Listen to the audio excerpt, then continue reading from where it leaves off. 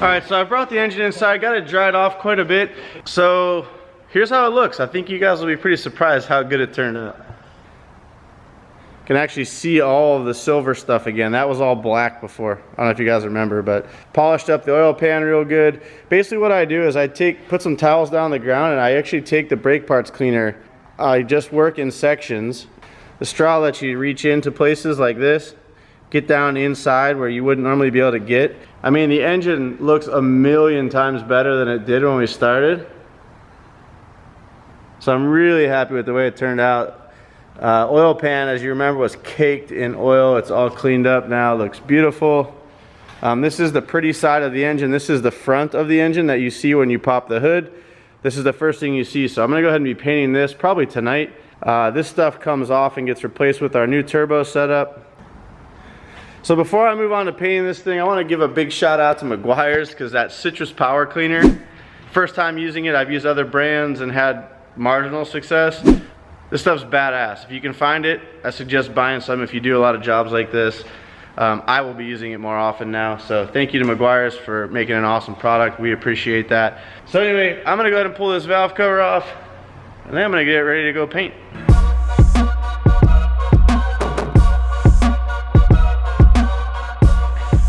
So it's getting late here at the shop. I did put the camera down for a moment and started cranking away on this valve cover and forgot to grab the camera and show you guys what I'm up to. We've been painting a lot of stuff around here lately, and so I spent a few minutes and whipped up a quick little paint booth, because Ricky and I have been painting a lot of stuff for Helen's FD that you see up there here in-house, and you can see that in various stages of completion over here. I guess for people that don't have an actual spray booth in their shop or in their garage, which most of us don't have the budget for, what we actually did was we took a heat gun, an old piece of intercooler tubing, and plumbed it into the box. So we're shooting hot air into our paint box booth thing. This is just a cover. As you can see, I already threw a coat of red wrinkle coat on our valve cover. What we did was we actually took one of the vacuum shop vac things like this and actually inserted it into the side of the box, sealed it off with tape, and then before I start painting, I just kick this on. And what that does is it creates vacuum, and when I spray paint, it's sucking the paint out through a filter down here. One thing it helps with is it helps keep just the paint dust in the air down, which helps keep everything in the shop cleaner. Keeps the fumes from going to the office, which is really nice. And the heat with the plumbed into the box helps keep a nice temperature inside the painting area. One thing I will recommend is I went and picked up a new respirator. I know you guys have seen me wearing multiple different types of respirators around here. This little unit, and it has rechargeable filters, which is pretty cool. You just swap these out once they get clogged up. By the end of the day, these will probably be red from the red paint I'm using, but I'd rather it be on those and replace those than actually it be in my lungs, because I don't think you can replace those. So that's my paint booth. That's where I'm at with the valve cover. It needs 3 or 4 more coats. This wrinkle coat goes on pretty thick, and it takes 24 to 48 hours to completely dry, so this is going to be an overnight process, but I'm going to continue painting. I'll show you guys one more of the coats or something like that as I paint, but this won't end up getting used until tomorrow. So hopefully when Josh gets here to put the motor in, it'll be fairly dry or mostly dry, and we'll be good to go. And I'm sorry if I'm a little sidetracked. My boys just won, and I'm pretty excited.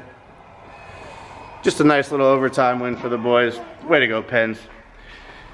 All right, time to paint some more.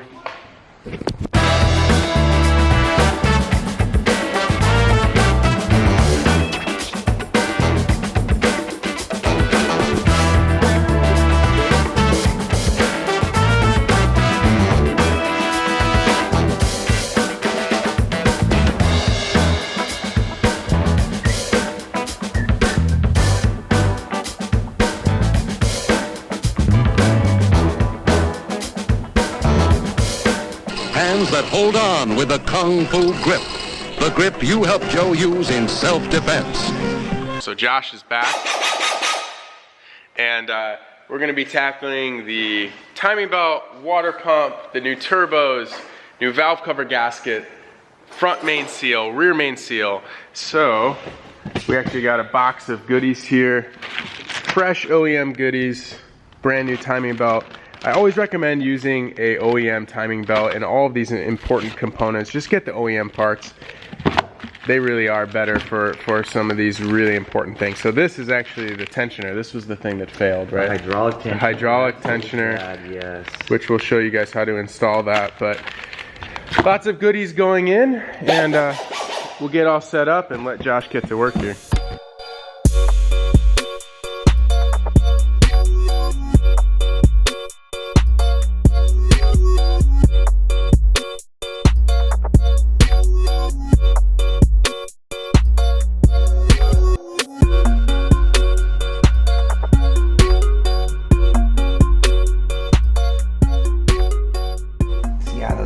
Discs, those sanding discs, like when you do this kind of stuff, dude, it looks like you got it from the machine shop. Wow.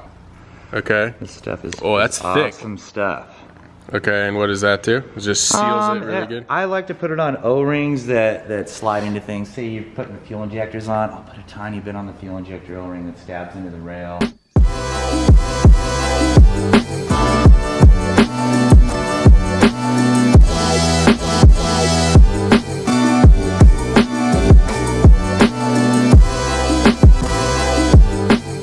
Are you doing the front main seal now?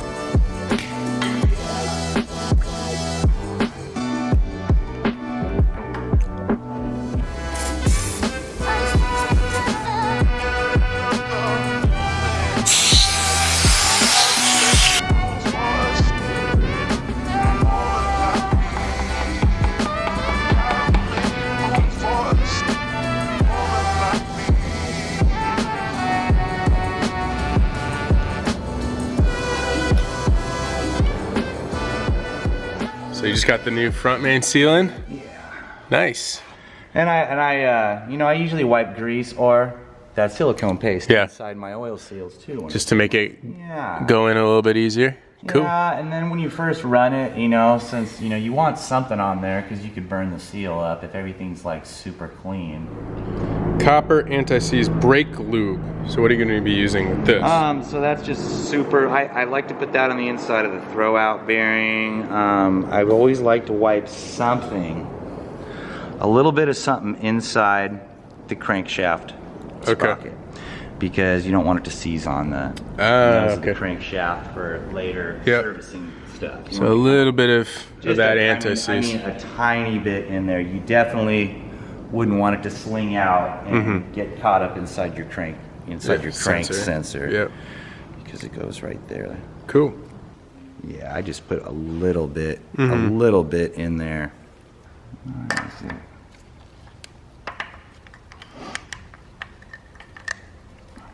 Since we have the motor on TDC, we gotta just put it all together at once. There's a little dimple in the reluctor plate. Yep.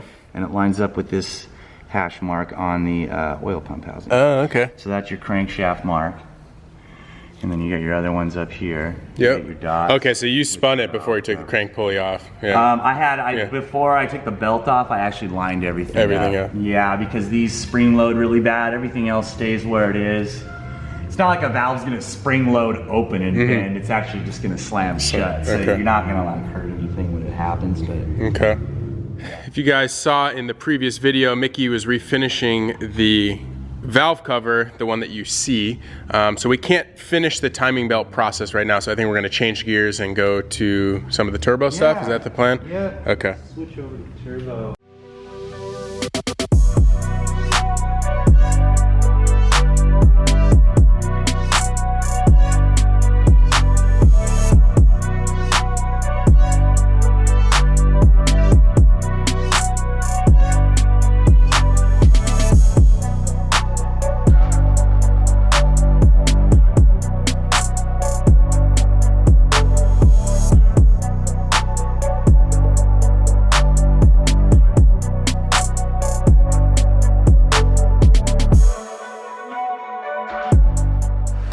All right, so I wanted to give you guys kind of an update. I've been back and forth to the hardware store. Josh has been cranking away. Actually, Mickey's also been helping him. So we got the new TurboLab America Turbo on here. And we also have our new upgraded pipe here. What we're noticing is that the bolts, or I'm sorry, the nuts. These nuts are very tight tolerance. So we actually had to grind off the little flange at the bottom of the nut, which shouldn't be too big of a problem. We think we got it all sorted out now, and that's good. That's a nice upgraded unit as well. So Josh is actually taking off the factory turbo from this side of the V6, and we'll be upgrading that turbo as well. We got the new water pump on. Wait, we're upgrading both turbos, not just one? All right, we are getting there.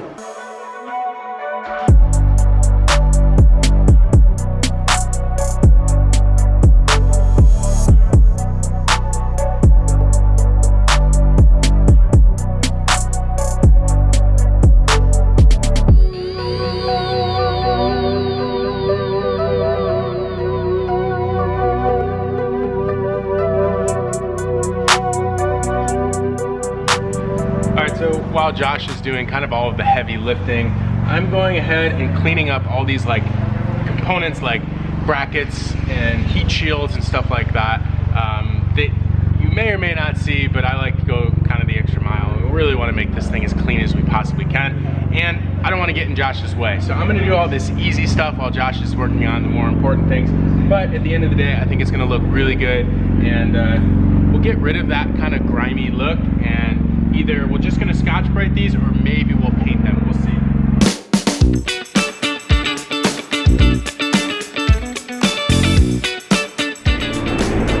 Check that out. That's way better.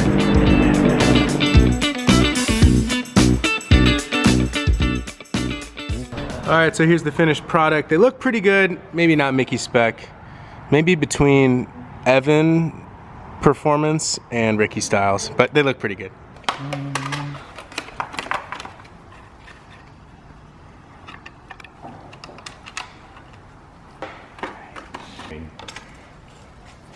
Just remove the 3 bolts for the thermostat.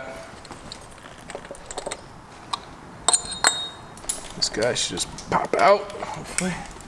Yeah, with a screwdriver, it'll pry out of there. I don't know why they really get stuck. Yeah.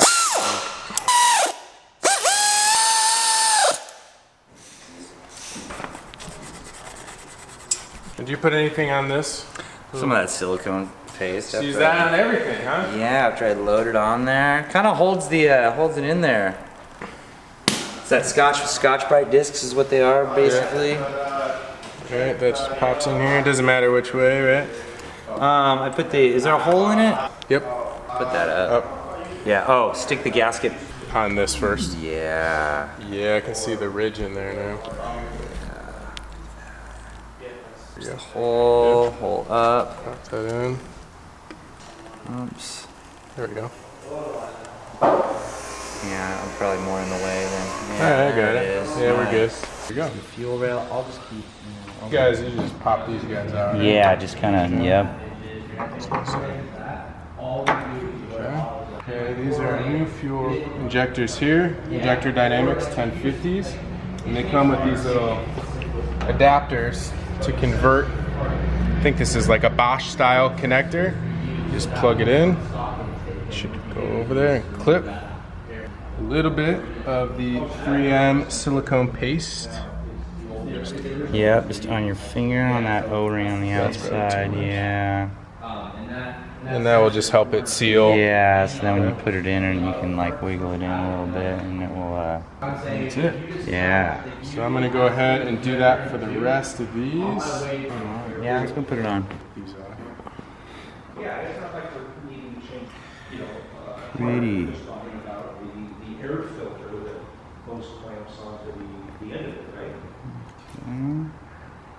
This, you put the spring on there first, or you put the clip on there and then push this on? You know, it's really hard to stick it on after. Okay. A lot of times I take the old fuel injectors.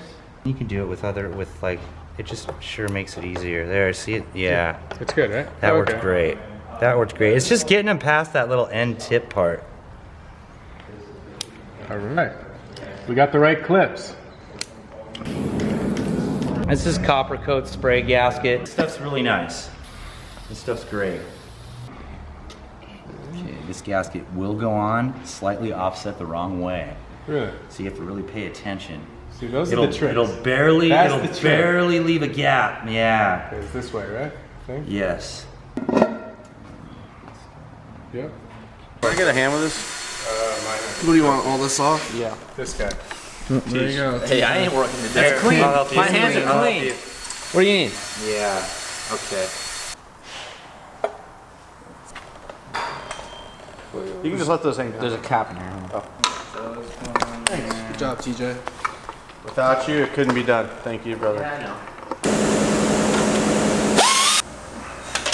It was in a box, right? It was in a box of VR. It was like here. It was like this box. It had this tool in it. So we got the timing mark right here. There's a little divot. We're just gonna barely rotate it. Right there. Have it over there? What? Josh, did you grab the lock?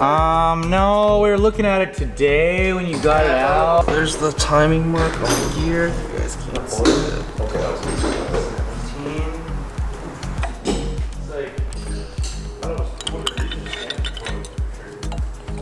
This is the side where it gets tricky because it's very spring loaded. Is that one the gray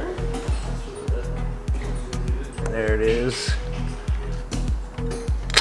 I need more of these. I need more clips.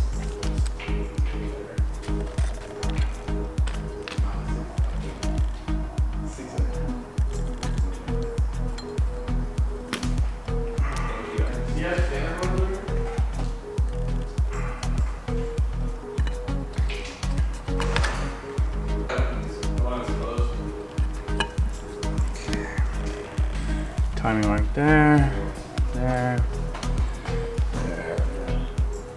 and there. Looks good. And then you have other marks in the back here also.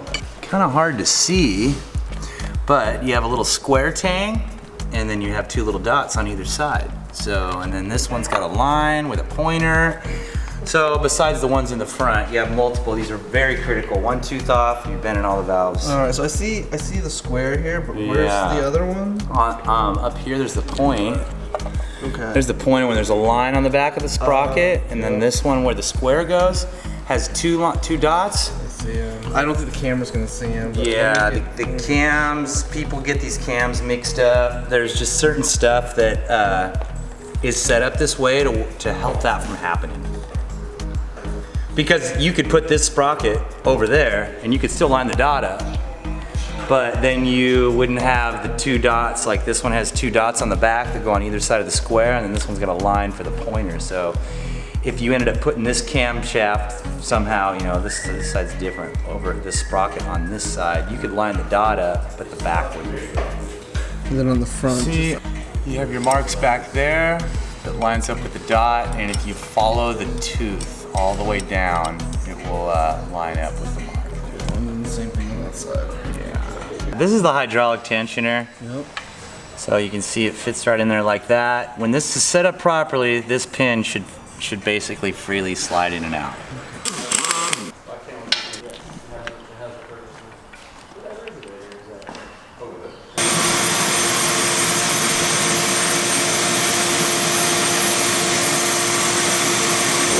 Yeah, I put some pressure on it, and now you can see that this pin is sliding in and out. So I usually hold it right there for a minute, because it is going to settle. And if that slides in and out, and you're all on TDC, and you got all your belt tension out, that is the setup.